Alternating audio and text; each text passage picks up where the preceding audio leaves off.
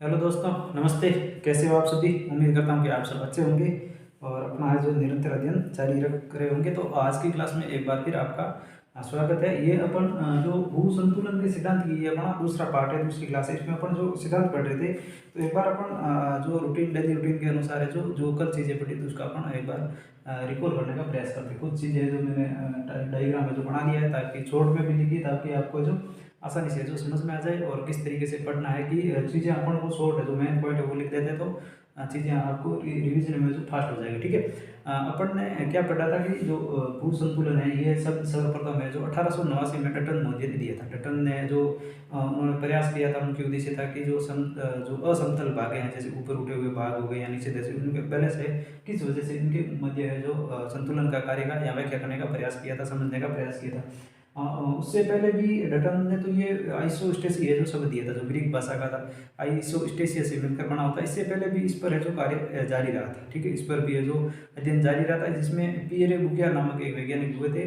इन्होंने जो 1735 में इस पर अध्ययन किया था। उसके बाद अपन जो सर जॉर्ज एरी हो गए, यहाँ प्राट है, यहाँ स्केनन हो गया, यहाँ जो बाकी ऑर्थर होम्स हो गए आदि ने जो इस पर अध्ययन का प्रयास किया था। इसमें एक और वो जो भूवैज्ञानिक हुए थे अपन, जैसे सर जॉर्ज एवरेस्ट हुए थे। ठीक है, उन्होंने जो हिमालय के तंत्र पर जो चीज़ों पर बैलेंस किस वजह से है, उन पर है जो अध्ययन किया था। ठीक है, यहाँ तक अपन ने जो चीज़ें पढ़ ली थी। एक बार अपन सर जॉर्ज एरी का जो मेन चीज़ है जो क्या है इसमें, जो इसको स्पेसिफाई बनाता है, आपको कैसे याद रखोगे। तो सर जॉर्ज एरी में आप अगर डायग्राम बना दोगे तो वो चीज़ आपको आसान हो जाएगी। इनका है जो सभी का घनत्व इन्होंने क्या माना था, समान माना। ठीक है, उसके बाद इन्होंने जो ऊंचाई और गहराई में जो क्या माना था, दोनों को समानुपाती माना था। इन्होंने कहा था जो अगर ज़्यादा ऊंचा होगा भाग, तो वो गहराई में भी क्या होगा, ज़्यादा जो होगा, इसी वजह से इसका क्या होगा, बैलेंस बना रहेगा।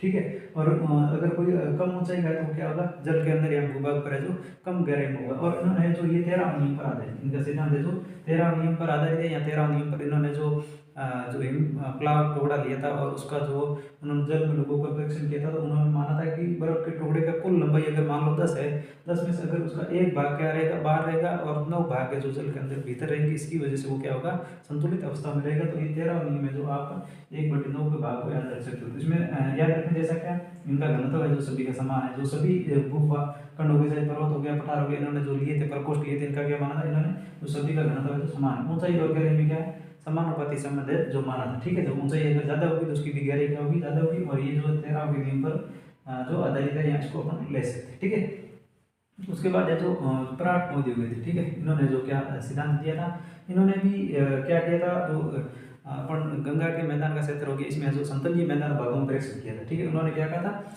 इन्होंने कहा था कि अलग अलग, जैसे ये सीसा हो गया, या लोहा हो गया, या जस्ता हो गया, इसके जो प्रकार के जो पदार्थ थे, इन्होंने जो एक मेन चीज़ बताई थी वो ये थी। इस चीज़ को आप जो याद रखोगे, इन्होंने क्या कहा था, ऊंचाई और घनत्व है जो एक दूसरे के क्या होता है, व्युत्क्रमानुपाती। अगर कोई ज़्यादा, मान लो ये पर्वत है जो ऊंचा होगा, ठीक है, उसके बाद अगर इसको अपन जो पहाड़ी मान लेते हैं, और उसके बाद ये पठार है और ये समतली मैदान हो गया, तो इसका क्या हो जाएगा, अगर इसकी हाइट ज़्यादा है, मान लो ऊंचाई ज़्यादा है, तो इसका घनत्व क्या होगा, कम हो जाएगा। इसका घनत्व क्या हो जाएगा, कम हो जाएगा। ठीक है, और ऊंचाई क्या है, ज़्यादा। तो इन्होंने जो ऊंचाई और घनत्व में जो व्युत्क्रमानुपाती जो चीज़ें बताई थी, वो किसने बताई थी, जो प्राट नदी ने बताई थी। और इन्होंने ये कहा था कि एक ऐसा पृथ्वी के आंतरिक भाग में सती पृथ्वी यहाँ लेवल ऑफ कंपेंसेशन लाइन होती है, यहाँ समतल रेखा होती है, जिसके ऊपर तो घनत्व में आपको सेंसिबल मिलेगा। ठीक है, जो या ये शीशा हो गया, इसका घनत्व अलग होगा, लोहे का घनत्व अलग होगा, एंटीमनी का घनत्व अलग होगा, परंतु इसमें समतल रेखा के नीचे जो तल होगा, इसमें जो सभी का क्या हो जाएगा, घनत्व है जो समान हो जाएगा। या इसका जो फिर इस तल इस रेखा पर क्या हो जाएगा, इन सभी का जो भार है जो समान हो जाएगा। ये चीज़ है, तो इसमें मैं आप डिफरेंट कर सकते हो कि इन्होंने जो घनत्व में अंतर लिया, इन्होंने घनत्व है जो समान माना। इन्होंने जो क्षतिपूर्ति तल की बात करते हैं, और इसमें जो क्षतिपूर्ति तल के सारे क्या होता है, घनत्व है जो सबका होता है समान होता है। ठीक है, और ऊंचाई और घनत्व में जो एक दूसरे के क्या, ये तो गहराई और ऊंचाई में जो समानुपाती, समानुपाती में तो दोनों चीज़ बढ़ेगी, अगर ये बढ़ रहा है तो ये बढ़ेगा। परंतु व्युत्क्रमानुपाती में क्या होगा, अगर ये चीज़ बढ़ रही है तो दूसरी चीज़ क्या होगी, घटेगी, या ये बढ़ रही है तो वापस दूसरी वाली चीज़ क्या हो जाएगी, कम हो जाएगी। तो ये क्या हो जाएगा, ऊंचाई और घनत्व में जो व्युत्क्रमानुपाती संबंध का जो प्रयास करते हैं। उसके बाद हम तीसरी है जो इसके नैनन की एक है जो परिकल्पना थी। इनका मेन क्वेश्चन क्या बनता है कि निम्नलिखित में से कौन जो भू संतुलन के सिद्धांतवादी थे, जिन्होंने जो एरी और प्राट को मान करके एक नई संकल्पना दी। इन्होंने जो एरी और प्राट की संकल्पना थी, इसको पढ़ करके जो एक नई संकल्पना का प्रतिपादन किया था। ठीक है, इनका जो आप याद रख सकते हैं। ठीक है, और उसके बाद इन्होंने क्या कहा, जो विभिन्न भूभाग होंगे, विभिन्न भूभाग कौन से, जैसे आपने पर्वत ले लो, पठार ले लो, मैदान ले लो या सागर ले लो, ठीक है। मैं तथा एक ही भूभाग मान लो, आप पर्वत ले ली, पर्वत की हाइट, उसके बाद नीचे आओगे सेंटर पॉइंट, यहाँ आप नीचे और जाओगे तो उसमें क्या हो जाएगा, विभिन्न भागों में जो घनत्व में क्या हो जाता है, परिवर्तन पाया जाता है। जैसे जैसे आप नीचे जाओगे सागर तली से या उससे पर्वतों से नीचे आओगे तो घनत्व में क्या हो जाएगी, वृद्धि हो जाएगी, और ऊंचाई और घनत्व में जो क्या होता है, परिवर्तन हो जाएगा। अगर कोई ऊंचा ज़्यादा होगा तो उसमें क्या हो जाएगा, इन्होंने देखो कॉमन अध्ययन किया था, इनके दोनों दोनों बार है जो इसमें जो कॉमन मिलेगी, ठीक है। तो ऊंचाई और घनत्व क्या है, ये जो व्युत्क्रमानुपाती है, इन्होंने जो यहाँ तक ये उम्मीद करते ये बात आपको समझ में आ गई होगी, ठीक है। तो ये शॉर्ट चीज़ें जो विभिन्न भूभागों की, आप विभिन्न भूभाग जैसे पर्वत पठार, यहाँ सिर्फ एक ही पर्वत में रहोगे तो उनमें क्या हो जाएगा, घनत्व में जो परिवर्तन हो जाएगा, और ऊंचाई और घनत्व में जो व्युत्क्रमानुपाती का जो संबंध है, ठीक है। और इसको एक बार मैं रीड कर लेता हूँ, फिर अपन है जो आगे है जो क्लास को कंटिन्यू करें, ठीक है।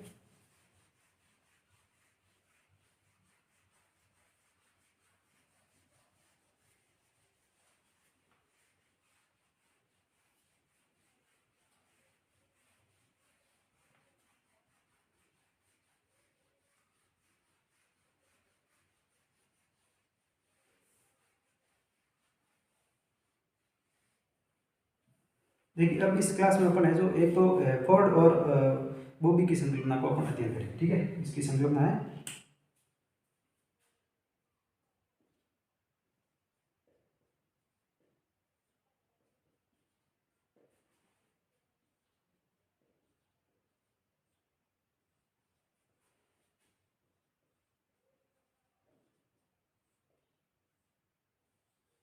बॉबी की संकल्पना, इन्होंने जो इनका क्या विचार था, यहाँ पृथ्वी की जो भू संतुलन है इसके बारे में, आइसोस्टेसिस के बारे में क्या था। इन्होंने कहा था कि ये जो प्राट का मिलता जुलता है जो प्रतिपादन यहाँ सिद्धांत दिया था। इन्होंने क्या, अपन लिख सकते हैं कि इन्होंने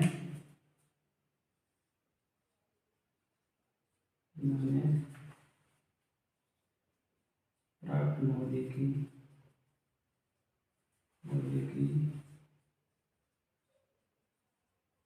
संकल्पना का मिलता जुलता सिद्धांत का प्रतिपादन किया।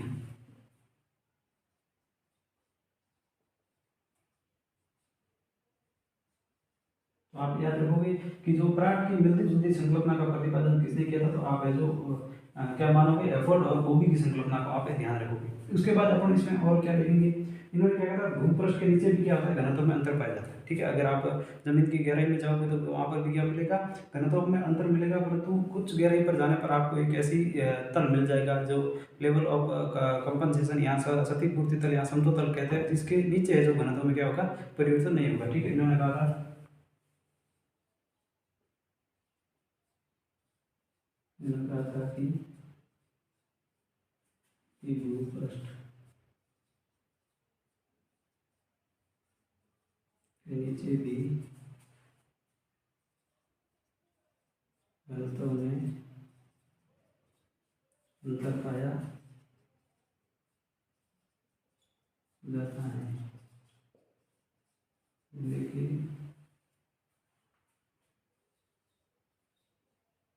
भूपृष्ठ के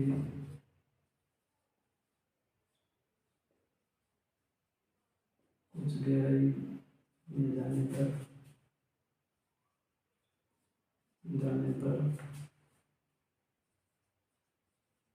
घनत्व में समानता पाई जाती है,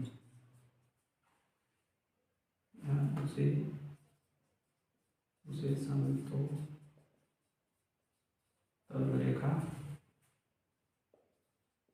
या क्षतिपूर्ति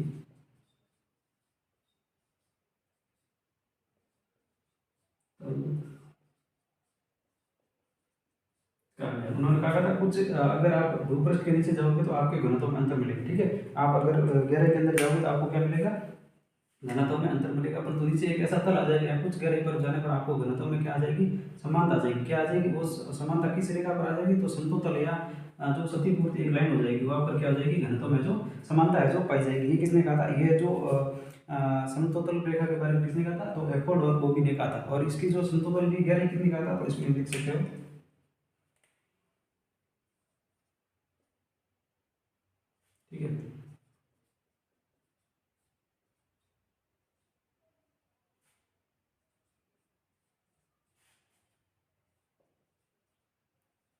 गहराई समतल की गहराई धरातल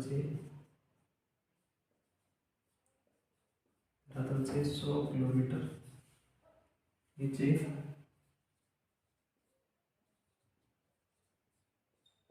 मानी गई है। ठीक है, धरातल से कितने नीचे मानी गई है, तो उन्होंने जो आप ये याद रखोगे। ठीक है, तो एफोर्ड और बॉबी ने जो इसकी गहराई को कितनी माना है, धरातल से जो 100 किलोमीटर के नीचे गहराई माना है। ठीक है, ये आप लाइन है जो जरूर याद रखोगे। ठीक है, तो इन्होंने जो एक तो प्राट मुद्दे का जो समर्थन किया था। ठीक है, उसके बाद इसका जो मिलता जुलता है जो सिद्धांत इन्होंने प्रतिपादित किया था, भूपृष्ठ के नीचे जो घनत्व में अंतर पाया जाता है, परंतु कुछ ही गहराई पे पाया जाता है। उसके बाद एक क्या होती है, समतल या क्षतिपूर्ति नीचे होती है, तो उसके जो नीचे क्या हो जाएगा, जो समतल के नीचे क्या हो जाएगा, घनत्व या गहराई में जो समानता हो जाएगी, और उसमें इसकी जो गहराई है धरातल के नीचे कितनी मानी गई है, जो 100 किलोमीटर मानी गई। उसके बाद इन्होंने क्या कहा था, जो ऊंचाई और जो घनत्व है इसमें जो उल्टा है, व्युत्क्रमानुपाती। ठीक है, इसमें देख सकते हो कि घनत्व और मैं सीधा लिख सकता हूँ कि जो ऊंचाई है ये एक दूसरे के क्या व्युत्क्रमानुपाती। इन्होंने कहा था अगर जो बात अगर अधिक जिसका घनत्व अधिक है उसकी जो हाइट क्या हो जाएगी, कम हो जाएगी, या फिर जो अधिक ऊंचा है उसका घनत्व क्या हो जाएगा, जो कम हो जाएगा। तो ये चीज़ें जो प्राग मोदी में भी ये थी, तो इन्होंने जो प्राग मोदी का जो अध्ययन किया था, और उन्होंने क्या माना था, देखो ये मिलता जुलता दिया। ठीक है, तो ये मिलता जुलता हो गया। ठीक है, कई चीज़ें जो इसमें कॉमन आ गई थी। ठीक है, और इन्होंने इसकी जो गहराई जो बताई थी, वो कितनी बताई थी, आप 100 किलोमीटर इसकी गहराई जो याद रखोगे। ठीक है, इसकी गहराई कितनी याद रखोगे, 100 किलोमीटर याद रखोगे। तो और इन्होंने जो क्या दिए थे, कुछ जो आंतरिक मैदान हो गए या पठार हो गए या जो तटीय मैदान हो गए, इनको लेकर के इन्होंने जो अध्ययन किया था। तो इनका जो क्या हो गया था, जैसे अपन इस बात को ले सकते हैं। ठीक है, इन्होंने माना ये क्या समतलीय मैदान हो गया, फिर ये पठार हो गया, ठीक है, उसके बाद ये, तो ये क्या हो गया, तटीय हो गया। इस प्रकार है जो इन्होंने जो समझाने का प्रयास किया था, इसको अपन लिख सकते हैं कि ये है जो आंतरिक मैदान हो गए। ठीक है,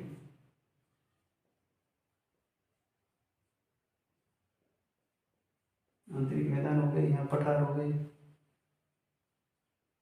पठार, पहाड़ी और तटीय मैदान, तटीय मैदान हो गया। और इसकी जो गहराई कितनी मानी थी, 100 किलोमीटर मानी थी। तो इस प्रकार अपन कह सकते हैं कि जो एबर्ड और बॉबी ने जो 100 किलोमीटर की गहराई और जो समतल या क्षतिपूर्ति की जो गहराई बताई थी। ठीक है, और इसमें क्या माना था, जो इन सभी स्तंभों का भार है जो एक तल के ऊपर क्या होता है, समान होता है। इस इन सभी का भार इसमें देख सकते हो,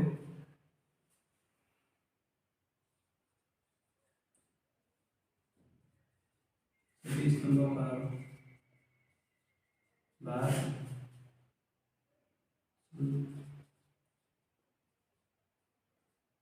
समतल रेखा के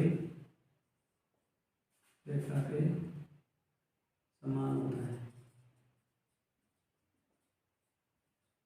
समान होता है। ठीक, इस पर क्या हो जाएगा, सभी स्तंभों का भार है जो समतल रेखा पर क्या हो जाएगा, रेखा पर। ठीक है, रेखा पर क्या हो जाएगा, सबका भार है जो इक्वल हो जाएगा। ठीक है, ये बात किसने की थी, ये जो अपन कह सकते हैं कि स्किनर सॉरी इसने फोर्ड और बॉबी ने ये संकल्पना प्रतिपादित की थी। उसके बाद अपन इसमें अगली जो संकल्पना है वो पढ़ेंगे जॉली की। ठीक है, 1725 में दी थी, इसके बारे में अपन अध्ययन करेंगे। ठीक है, इसको आप याद रख ले, वो प्राट में मिलता जुलता समझ दिया था, जो घनत्व है और उसमें ऊंचाई में क्या था, व्युत्क्रमानुपाती संबंध है, और जो गहराई मानी तो उतनी मानी थी, जो क्षतिपूर्ति तल की जो 100 किलोमीटर मानी थी। ठीक है, और जो सभी स्तंभों पर इसका जो समतल रेखा पर क्या जाएगा, इनका भार है जो समान हो जाएगा। ठीक है, तो यहाँ तक उम्मीद है बात आपको समझ में आ गई।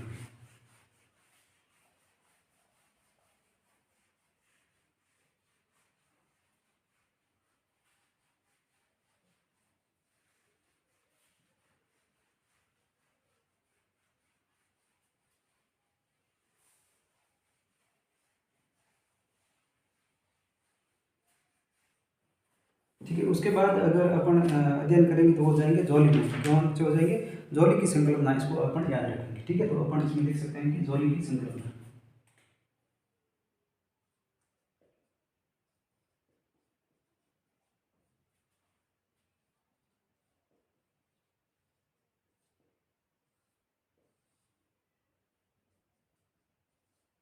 जैतौली की संकल्पना इन्होंने जो 1925 में दी थी। इनकी संकल्पना कब दी थी? 1925 में दी थी। इन्होंने जो क्या किया था, जो संतुलन के मत पर जो फोर्ड और बोबी ने जो एक समतुल्य रेखा या क्षतिपूर्ति लाइन कहा था, उन्होंने कहा ऐसी कोई जो लाइन नहीं थी। उन्होंने क्या कहा कि ऐसी कोई रेखा नहीं, संभव नहीं है, पृथ्वी के आंतरिक भाग में संभव नहीं है। क्यों नहीं है? क्योंकि पृथ्वी के आंतरिक भाग में जो आसानी से जो अव्यवस्थित या कुछ घटनाएं घटित होती रहती है, जैसे मेघमा का गर्म होना या इधर से उधर मूवमेंट होना, या जो ज्वालामुखी जैसी क्रिया है जो होना, या फिर जो तापमान में वृद्धि होना, इन चीज़ों की होती है। तो इस प्रकार क्या है, इसका जो बैलेंस बिगड़ सकता है, क्या क्षतिपूर्ति का हो सकता है। बैलेंस बिगड़ना मतलब वहाँ पर जो घनत्व में अंतर हो सकता है। तो उन्होंने कहा था ये बताया था कि क्षतिपूर्ति तल एक मंडल है या उसको जोन है जिसकी मोटाई है इन्होंने 10 मील या 16 किलोमीटर मानी थी। ठीक है, तो उसमें अपन लिख सकते हैं कि इन्होंने एफर्ड एवं बोबी के मत का खंडन किया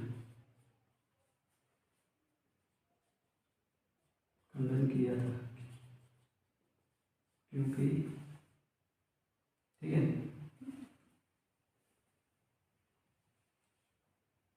किया और कहा कि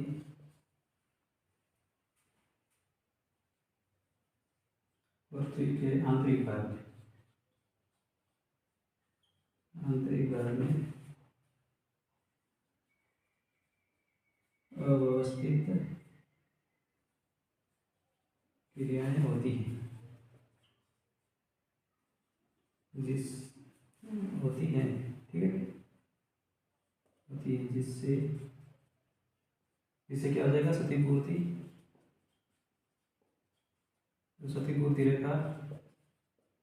रेखा का संतुलन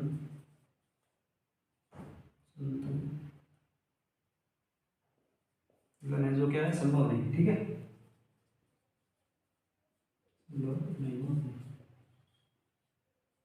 संभव नहीं। इन्होंने क्या कहा कि एफोर्ड और बोबी के मत का इन्होंने सबसे पहले क्या किया था, खंडन किया था। ठीक है, ये चार याद रखोगे। और आंतरिक भाग में क्या होती है, अव्यवस्थित क्रिया होती है, जैसे मेघमा का गर्म होना, या जो प्लेटें होगी उनका जो मूवमेंट होगा, या जो रेडिएटिव पदार्थ पाए जाते हैं, इसकी वजह से क्या होता है, इनमें जो मूवमेंट पाया जाता है। ठीक है, तो उन्होंने कहा था कि इसके नीचे जोली के अनुसार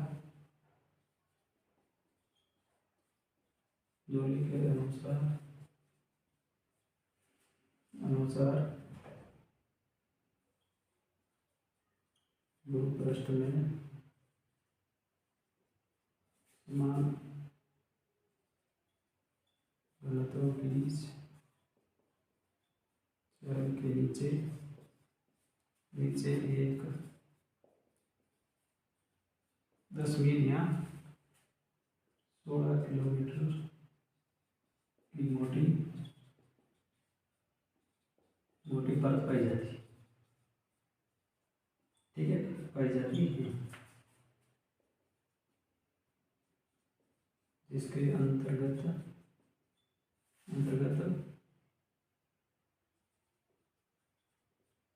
में अंतर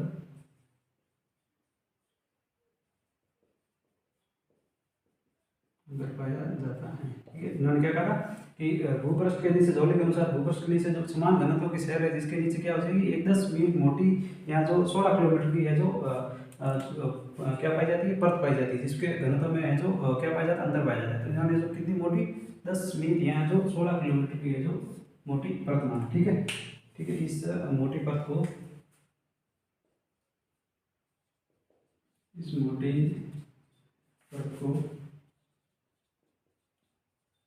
पूर्ति गुदाम कहा गया। ठीक है, और इनका जो मत है, इन्होंने क्या कहा था, जो अगर अधिक जो भाग ऊंचा होगा और जो हल्के जो घनत्व से है जो निर्मित है, उसकी गहराई क्या हो गई, अधिक हो जाएगी। इन्होंने कहा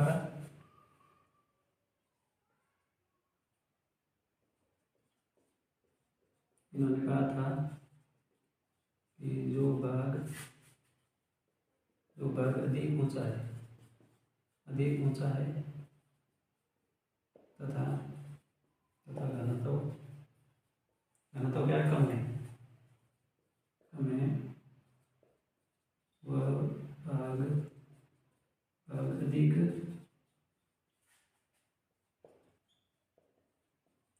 तक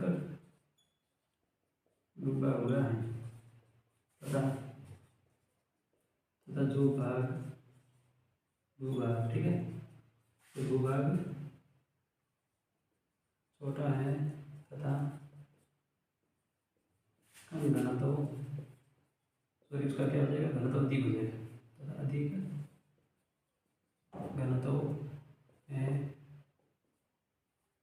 वह कम गहराई में डूबा है।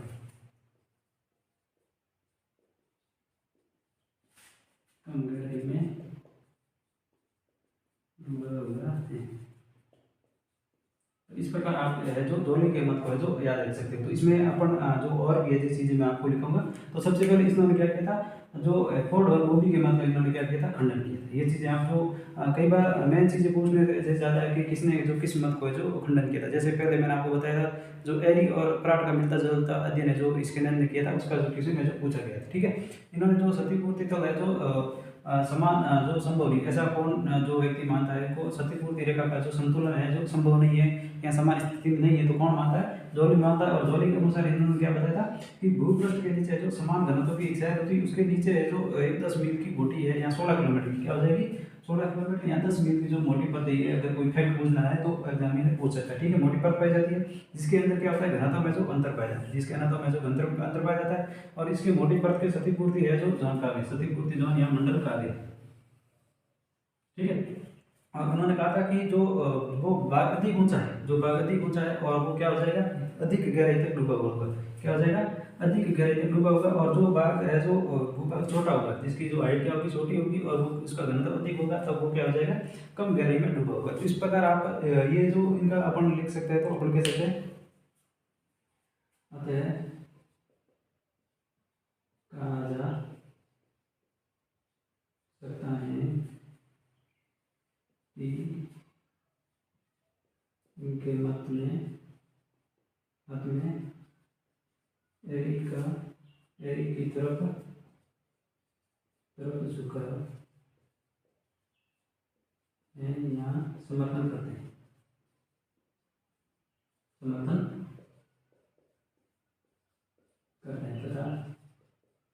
तथा इसमें लिख सकते हैं तेरह के नियम की झलक है, तेरह के नियम की झलक है। तो ये चीजें आप है जो इसको याद रखोगे, ठीक है। अपन इसमें जैसे इसमें अधिक जो ऊंचा भाग है अधिक गहराई में डूबा हुआ है और जो कम ऊंचा है जो कम गहराई में डूबा होता है, तो ये भी अपन ने जो एरी के मत में पढ़ा था। तो इसमें जो एरी के मत की तरफ है, एरी का ये जो बात का समर्थन करते हैं, ठीक है। ये जो चीजें आप जो याद रखोगे। और ये जो नियम है यहाँ तेरह के नियम के बारे में भी पूछा जा सकता है कि ऐसा कौन सा जो तेरह के नियम की तरफ या एरी की जब मिलता जुलती है संकल्पना है, तो ये अपन यहाँ तक याद रखोगे, ठीक है। ये हो गया जॉली की संकल्पना। इसका अगर आप डायग्राम भी है जो इस प्रकार बना सकते हैं, ठीक है। ये क्या होगी, ये क्या 16 किलोमीटर की है जो 16 किलोमीटर, यहाँ आप मान सकते हैं 10 मील की मोटी परत, ठीक है। इसके ऊपर है जो यहाँ पर है जो अलग अलग भाग के पाए जाते हैं, ठीक है। इसको यहाँ तक ले सकते हैं। तो ये किसका हो जाएगा, ये है जो इसमें संकल्पना है जॉली की, ठीक है। यहाँ तक उम्मीद करता है ये बात आपको समझ में आ गई। अब अपन है जो ऑर्थर होम्स के और चलते हैं, ठीक है। ऑर्थर होम्स है या DL होम्स ने जो संकल्पना दी थी उसके बारे में अपन अध्ययन करते हैं। तो इसको एक बार में जो इरेज कर देता हूँ, ठीक है।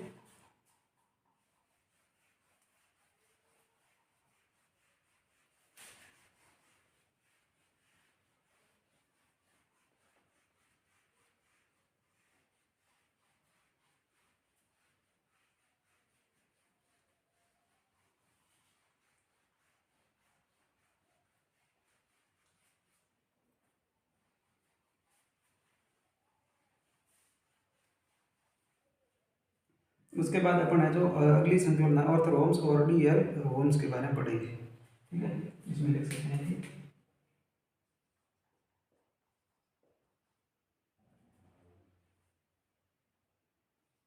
ऑर्थर होम्स एंड DL,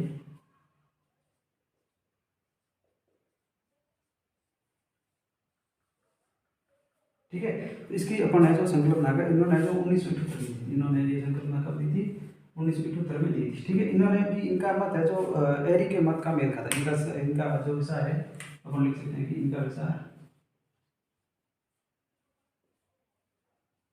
इनका विचार है जो एरी के मत के समान है। मत के क्या है? समान है। इनका मत क्या है? एरी के मत का है समान है। यहाँ तक ये चीज़ें एक तो याद रखोगे, ठीक है।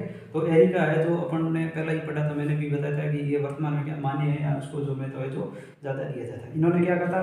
तो इन्होंने क्या कहा था? इन्होंने भी कहा था जो हल्के पदार्थ है, ठीक है। इन्होंने कहा था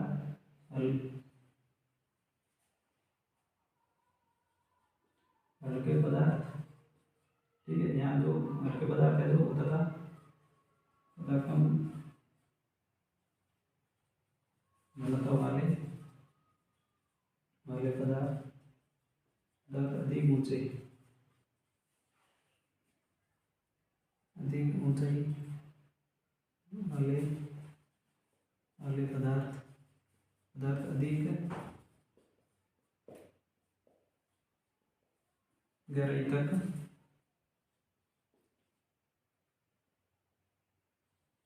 डूबे होते हैं तथा भारी, या फिर अपन लिख सकते हैं अधिक घनत्व,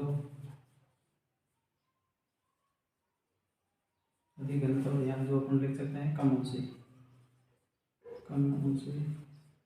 भूभाग, ऊंचे भूभाग क्या हो जाएंगे?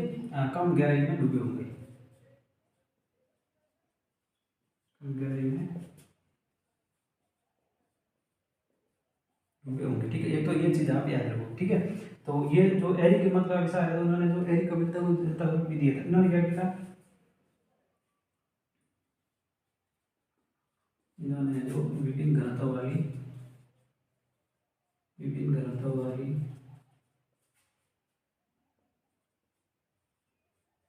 विभिन्न परतों का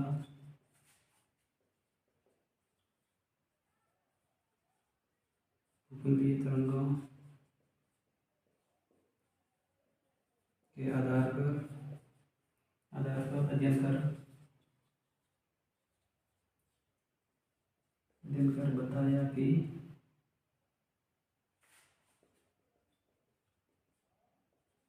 बताया कि इन्होंने क्या बताया कि महाद्वीपीय भाग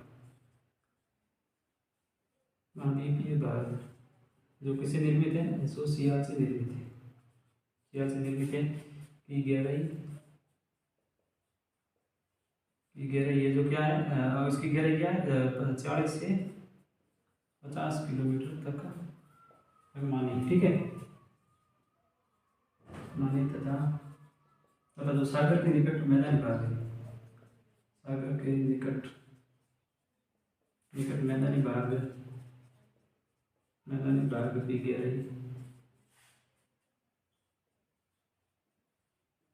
गहराई है जो इन्होंने क्या कहा? सागर के निकट जो मैदानी भाग की गहराई है जो इन्होंने 10 से 12 किलोमीटर तक मानी,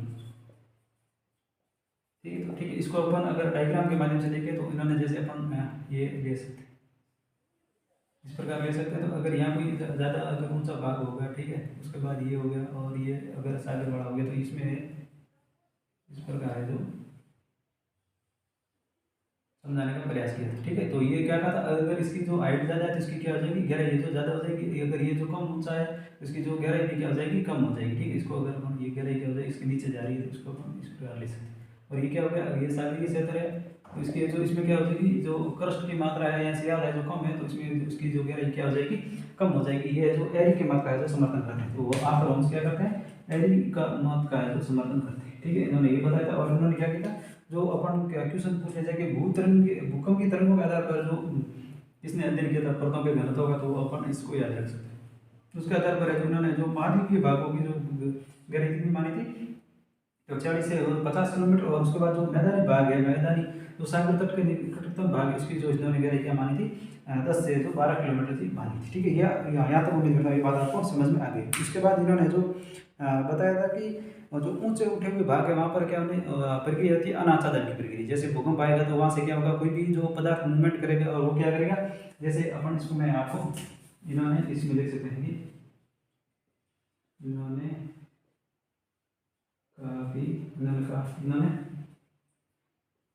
काफी जो ऊंचे भूभाग पर भूभाग पर अनाच्छादन की क्रिया होती है, ठीक, अनाच्छादन की क्रिया होती है और जो भाग टूटकर अलग अलग होता है वह नीचे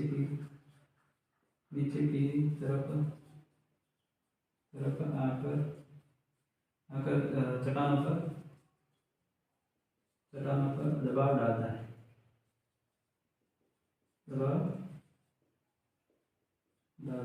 जिससे क्या होती है, समायोजन की क्रिया होती है। इन्होंने जो अनाच्छादन के बारे में अगर आपको पूछ लिया जाए तो उन्होंने क्या कहा था, जैसे अगर मान लीजिए ये कोई भूभाग है, ठीक है, यहाँ से अगर कोई अनाच्छादन की क्रिया हुई, जैसे भूकंप है जो विवर्तन की घटना हुई, तो यहाँ से कोई पदार्थ टूट करके क्या आ जाएगा, वापस यहाँ आ जाएगा और ये फिर क्या करेगा, वापस बैलेंस बनाने का काम करेगा। तो इसे ये क्या करेगा, ढाता है तथा जो संतुलन बनाता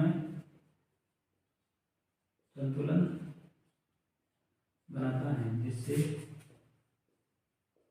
जिससे जो भूकंप जैसी घटनाएं होती है, भूकंप जैसी क्रियाएं घटित होती है। अगर लैंडस्लाइड हो जाता है तो उससे क्या होती है, तो अनाच्छादन की क्रिया के बारे में जो किसने बताया था, तो ऑर्थर होम्स है जो मोदी ने बताया था, या DL होम्स या ऑर्थर होम्स है जो उन्होंने जो इसके बारे में जो बताया था, ठीक है। तो यहाँ तक ये चीजें जो अपन ने भू संतुलन के सिद्धांत के बारे में अपन ने जो पढ़ लिया, ठीक है। तो इसको आप जरूर याद रखोगे, जो भूकंपीय तरंगों के आधार पर या इसकी जो गहराई के बारे में जो याद रखोगे, ठीक है। और इसका जो इशारा है जो एरी के मत का समर्थन है जो करता है, ठीक है। तो यहाँ तक मैं उम्मीद करता हूँ ये क्लास आपको जो पसंद आई होगी। यदि आपको क्लास वाकई अच्छी लगती है तो आप वीडियो जो लाइक है, कमेंट है, या अपने दोस्तों के साथ शेयर है या चैनल को तो सब्सक्राइब भी कर सकते हो, ठीक है। और इसकी एक है जो मैं कॉमन वीडियो जो बना दूंगा अलग से, जो आपको तो कभी रिवीजन के तौर पर आप है जो एक साथ वीडियो देख सकते हो, या फिर और आपको एक बार समझा दूंगा, ठीक है। और उसके बाद अगर इसका शॉर्ट वीडियो अगर 5 मिनट का जरूरत पड़ी तो वो भी मैं तो डाल दूँगा, ठीक है। तो उम्मीद करता हूँ यहाँ तक ये बात आपको समझ में आ गई होगी, और उसके बाद अपना जो भी नेक्स्ट टॉपिक होगा वो भी मैं आपको जल्दी अपलोड करूँगा। क्लास को देखने के लिए आप सभी मित्रों का धन्यवाद, थैंक यू।